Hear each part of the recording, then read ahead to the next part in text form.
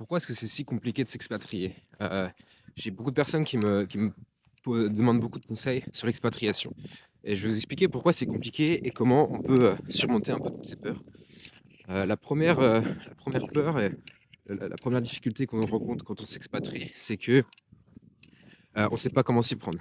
Heu, En fait, on a notre métier, on sait qu'on est pâtissier, on sait qu'on veut travailler, à l'étranger, mais on ne sait pas vraiment, par quoi commencer, quelle étape, commencer. Moi, ce que je recommande, c'est de se construire un plan, très précis. C'est-à-dire, faut catégoriser sa vie en sections. Il y a la section travail, il y a la section personnelle et il y a la section, survie. La section de travail, c'est simple, c'est trouver un emploi et subvenir à ses besoins. Et le deuxième point, c'est la partie personnelle. Ce que j'entends par la partie personnelle, à l'administratif. Gérer toute la partie paperasse de son expatriation. Ça peut être avant et pendant et après, enfin, en fait, c'est, tes papiers, être en règle, faire les demandes, pouvoir travailler, ouvrir un compte en banque, ouvrir, je sais pas, un numéro, local, ces petites étapes. Bon, juste un petit point, je vous montre un peu, c'est joli. On est à Stockholm, on est en janvier donc il fait beau, j'espère que le son marche bien. C'est ma deuxième vidéo. Donc pareil, impro, pas de coupure, du freestyle. Vous êtes 600 sur la chaîne au moment où je tourne. C'est ouf. Et il y a une vidéo, la vidéo, enfin un vidéo short où je parle de comment j'ai trouvé un poste au Japon qui a fait 300 000 vues, donc c'est un truc de fou. Vous êtes 600, merci à tous d'être là. Ça fait trop bizarre. C'est un peu un rêve de faire des vidéos YouTube. Donc j'espère que ça vous plaît, ce format vous plaît. Et on reprend sur le sujet. Donc je disais, 3 catégories dans votre vie. Donc la troisième partie que j'ai pas parlé, le logement.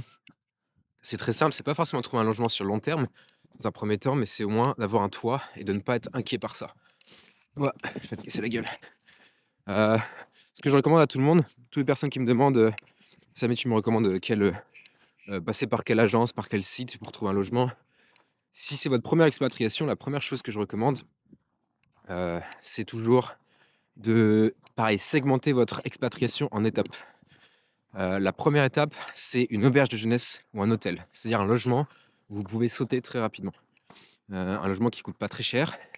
Après, vous allez vivre avec du monde. Donc ça peut être un dortoir, ça peut être, je sais pas, un hôtel, un Airbnb, quelque chose qui vous coûte pas le moins cher possible. Ça peut même être un camping. Il y a des personnes qui font ça, hein. J'ai un ami qui part souvent à l'étranger, qui reste dans des campings. Ça peut être une bonne solution si vous êtes un peu routard. Donc voilà, 2-3 semaines dans un hôtel, dans une auberge. Souvent, ça vous coûtera, je sais pas, 300-400 €, en tout cas en Europe. La deuxième étape, c'est d'habiter chez des habitants. Pourquoi des habitants? Parce qu'en fait, déjà, ça va vous coûter plus ou moins la même somme qu'une auberge. Ça vous coûtera, ouais, 500 €, 600 € dans des capitales en Europe maximum et ça va vous ouvrir à la culture locale, donc qui est, vivre avec, des familles, qui vivent dans le pays, donc de la nationalité, du pays. Donc j'avais fait en Irlande, j'ai vécu dans 3 familles différentes et en fait, ça vous permet déjà de voir des quartiers différents, donc vous commencez à comprendre un peu mieux la ville parce que les auberges, elles sont souvent situées dans le centre commercial, dans les centres-villes, ce qui fait que c'est pas l'endroit où vous allez vivre. Mais vivre dans des familles, ça vous permet de vraiment comprendre là où vous vivez.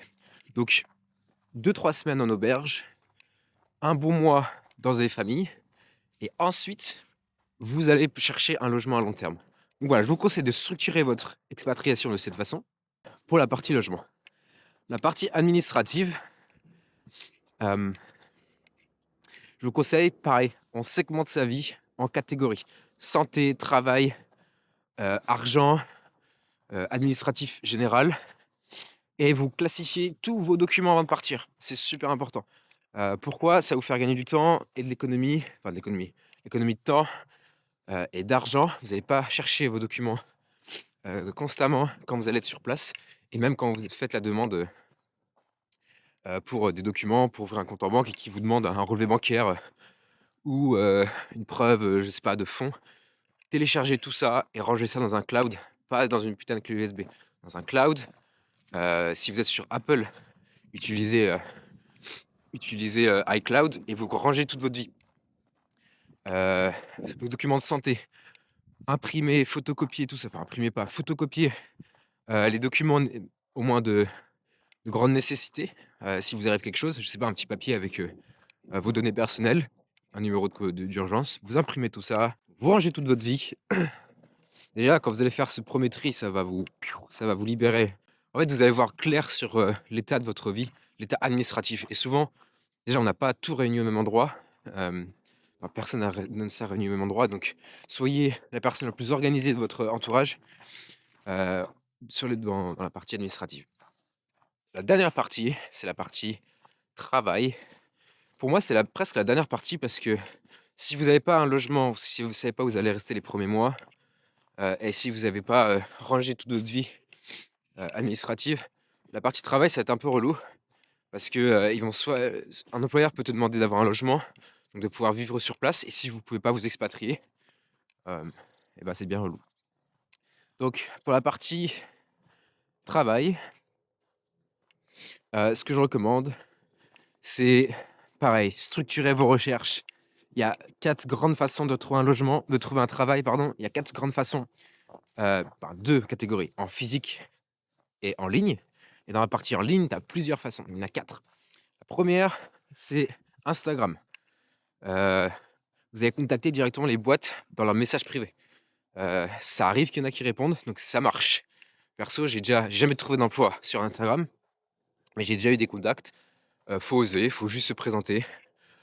L'inconvénient de ça, c'est qu'il faut avoir un compte Insta assez pro, ou au moins il faut pas qu'il y ait trop de conneries dessus.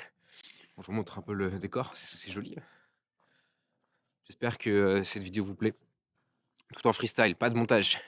Ok, deuxième façon, sur des sites d'annonces, genre Indeed, LinkedIn et des sites d'annonces dans le pays local. Tous les pays du monde ont leur propre site. Il y a même des pays, je sais qu'au Canada, il y a des sites d'emploi pour les gens dans la restauration. Donc, allez-y, tapez site d'annonce, demandez à ChatGPT des super sites pour trouver des emplois, boum. Et là, vous recherchez. Perso, j'ai jamais trouvé un emploi là-dessus. J'ai beaucoup utilisé ces sites-là, je n'ai jamais trouvé. Bon, pour l'instant, je vous donne que des conseils sur des sites que j'ai jamais, enfin, sur des façons que j'ai jamais, qui n'ont jamais fonctionné pour moi.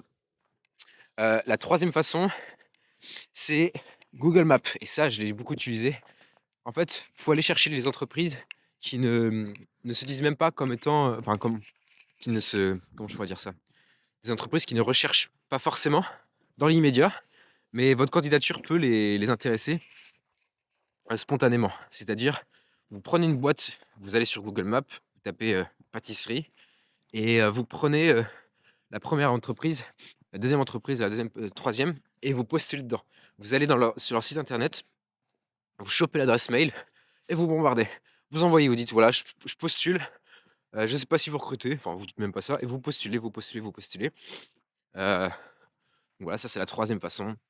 Et la quatrième façon, ça va être LinkedIn et contacter des chefs directement ou des écoles. Donc c'est un peu une méthode hybride que je conseille pas forcément. Mais si dans les 3 façons vous n'avez pas eu de réponse, allez frapper à la porte de LinkedIn parce que y a beaucoup de chefs dedans, il y a beaucoup de recruteurs, il y a beaucoup de RH dans les boîtes qui sont sur LinkedIn et qui sont actifs. Donc si vous avez un LinkedIn qui est bon, vous avez déjà publié quelques petits posts, ça peut être bien. Voilà, c'était une petite vidéo très courte, je vais arrêter là. La recherche de travail. Je viens de me lever, je suis désolé. J'ai mangé un bol de flocons d'avoine. Merci encore pour la vidéo qui a pété. Ça fait bizarre, ça donne le vertige. Bonne journée, ciao. Et si vous souhaitez vous expatrier dans la pâtisserie ou la boulangerie et que vous ne savez pas par où commencer, cliquez sur le premier lien dans la description et c'est une formation qui vous aidera à vous expatrier dans la pâtisserie et la boulangerie.